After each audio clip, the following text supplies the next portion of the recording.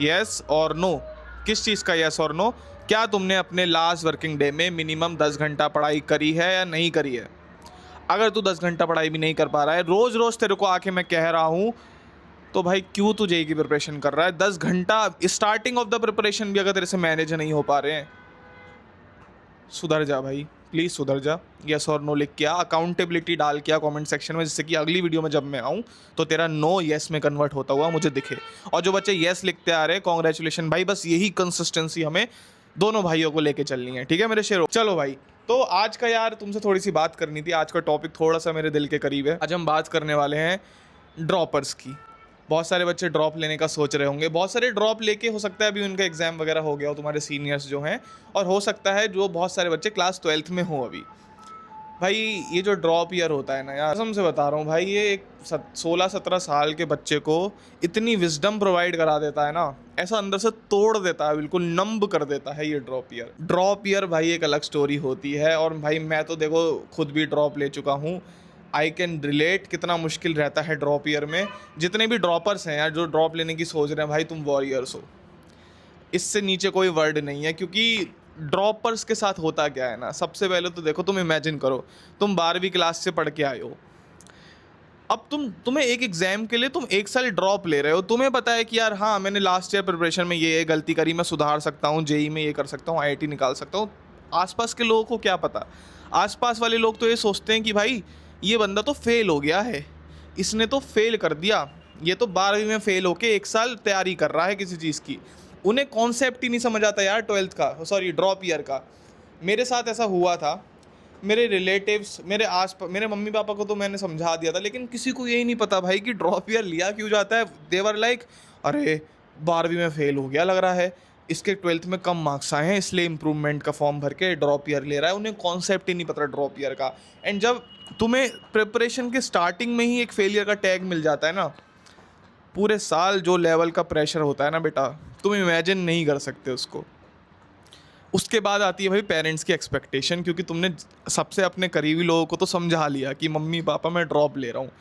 उनके लिए उनको समझाना भी एक बहुत बड़ा टास्क होता है बेटा। खुद सोचो, तुमने अपने पापा मम्मी को मना तो लिया कि तुम ड्रॉप ले रहे हो 1 साल, है ना, जेईई के लिए। अब तुम्हारे ऊपर प्रेशर कितना है कि तुम्हारे मम्मी पापा भी टकटकी लगाए बैठे हैं कि हाँ ये कुछ करेगा, इसने 1 साल निकाला है। एडिट प्रेशर देखो कितना आ जाता है। उसके बाद तुम्हारी खुद की सेल्फ रिस्पेक्ट कि भाई मैं फेल हो गया हूँ, क्योंकि सबने तो मुझे बोल दिया मैं फेलियर हूँ, सबने मुझे बोल दिया मैं फेलियर हूँ, मैं फेल हो चुका हूँ 12th क्लास में एक एग्ज़ाम के लिए। अब मैं अपनी सेल्फ रिस्पेक्ट पे आ गई है बातें, अब मेरी ईगो पे आ गई है, अब मेरी मेहनत पे बातें आ गई हैं कि साला मैं फेल हो गया यार, अब मुझे इस एग्ज़ाम को फोड़ना है। तो वो जो सेल्फ रिस्पेक्ट अंदर से, उसका अलग एक प्रेशर होता है कि करना ही है, लास्ट चांस है। एंड फाइनली जो सबसे बड़ा दिक्कत आती है ना, सबसे बड़ा जो यहाँ पे पेन होता है, वो होता है फोमो का, फियर ऑफ मिसिंग आउट। भाई मेरे को याद है, मेरे बहुत सारे दोस्त थे, है ना, ऑल्दो मेरे दोस्त तो मैं कम ही बनाता था, लेकिन जान पहचान के मेरे लोग थे।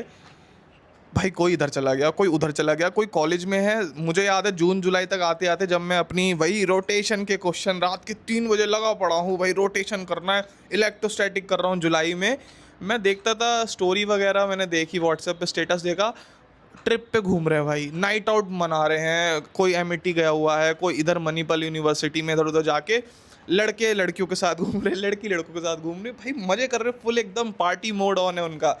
एंड तुम इमेजिन करो, तुम्हारे साथ वाले लौंडे जो तुम्हारे साथ पढ़ा करते थे, और तुम जुलाई में बैठ के तुम क्वेश्चन शीट डीपीपी कर रहे हो रात के 2 बजे, और तुम रात को 2 बजे स्टेटस देखते हो। एक बार को तो ऐसा लगता है कि भाई ये क्यों कर रहा हूँ मैं, वाई नॉट मी, मैं ही क्यों यहाँ पे सफ़र कर रहा हूँ। वो जो फोमो होता है ना दोस्त, वो बहुत ही पेनफुल होता है दोस्त।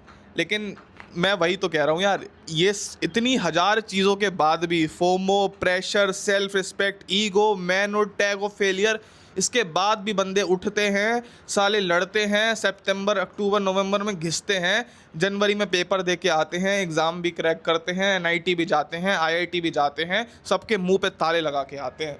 ये होती है एक असली ड्रॉपर की कहानी, ये होती है एक असली वॉरियर की कहानी। एंड मैं तुझे बता रहा हूँ मेरे शेर, जब तू ड्रॉप ईयर से निकलेगा ना, मैं ये नहीं कह रहा तेरा आईआईटी टॉप एनआईटी नहीं, तू बस जब ड्रॉप ईयर से निकलेगा, तेरे अंदर जो लेवल की विजडम आ रखी होगी, तेरे अंदर जो लेवल का कॉन्फिडेंस होगा तेरे अंदर, जो लेवल की क्लियरिटी होगी ना अपने आप को लेके, अपनी ज़िंदगी को लेके, जो तेरे अंदर मैच्योरिटी होगी ना, वो कंपेरेबल ही नहीं है। तू एक नॉर्मल प्राइवेट कॉलेज के बंदे से जो 12वीं के बाद तुरंत चला गया उससे, और अपने आप को बिठाल के कंपेयर कर लियो ड्रॉप ईयर के बाद, ज़मीन आसमान का फ़र्क दिख जाएगा कि दो कितने अलग इंसान हो सकते हैं इस दुनिया में।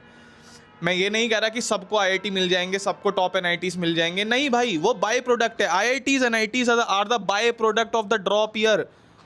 यहाँ से जो लर्निंग मिली है ना मेरे को दोस्त, आज भी वहाँ से जो मैंने मेहनत करनी सीखी है, आज भी भाई मैं वो उस मेहनत करने की स्किल को अप्लाई करके आज इस जगह पे पहुँच चुका हूँ मैं। एंड डेट इज़ बिकॉज मैंने ड्रॉप ईयर में कभी गिव अप नहीं करा। हज़ार प्रेशर के बाद भी, हज़ार मेरे ऊपर चीज़ें थी, मैं तो भाई टूट जाता था कसम से। मैं उस टाइम में बहुत इमोशनल हुआ करता था, क्योंकि भाई कभी और बताएंगे, ठीक है, टूट जाता था भाई, रो जाता था। लेकिन आंसू आना बंद हो गए मेरे ड्रॉप ईयर में, क्योंकि इतना नंब कर दिया मैंने खुद को। एंड वॉरियर्स हो भाई, है ना, वॉरियर्स हो मेरे शेर, कोई दिक्कत नहीं है, रिजल्ट की टेंशन बिल्कुल नहीं लेनी होती है ड्रॉप ईयर में। ड्रॉप ईयर में अपनी जी जान लगा के लग जाना होता है बस, उसके बाद जो होता है अच्छा ही होता है, सब बोनस ही होता है, क्योंकि ड्रॉप ईयर तुम्हें लाइफ लेसन्स देता है। आईआईटीज़ एनआईटीज़ तो बाय प्रोडक्ट है, ठीक है मेरे शेर।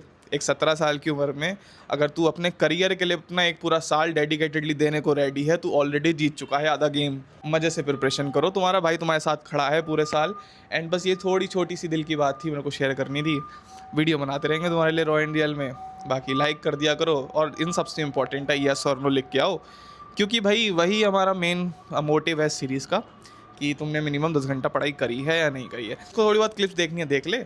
मिलते हैं तुमसे अगली वीडियो में। पढ़ाई करते रहे, अपना ख्याल रख, अपने मम्मी पापा का ख्याल रख, और अपने भाई पे विश्वास रख, ठीक है मेरे शेर। Bye bye, see you, love you. तो जो मेरे शेर भी यहाँ तक आते हैं वीडियो के, थैंक यू सो मच भाई एंड तक वीडियो देखने के लिए। एंड सेकेंडली भाई, आज हमारा बैक और बाइसेप का दिन था। आज मौसम भी बहुत अच्छा था यार, पता नहीं क्या हो रहा है नॉर्थ इंडिया में इतने दिनों से।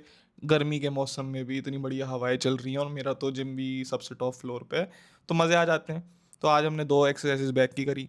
एंड आज हमने थोड़े हैवी वेट के साथ अपनी बाइसेप्स को तोड़ने का पूरा ट्राई किया, जो कि हमने तोड़ भी लिया अच्छे से। एंड फाइनली तुम लुक देख सकते हो, 2.5 घंटा हो गया था हमें वर्कआउट करते करते। फिर थोड़े दिमाग को बेचैनी हो रही थी, शांति के लिए हम निकल गए रात के 10:30 बजे एक लंबी बाइक राइड पे। 16-17 किलोमीटर हम बाइक चला के आए, शांति मिली दिमाग को। एंड फिर हम आके थोड़ा बहुत तुम्हारे लिए वीडियो बना के सो गए थे। तो यही था आज का हमारा छोटा सा व्लॉग। मिलते हैं तुमसे अगली वीडियो में, ख्याल रखो अपना।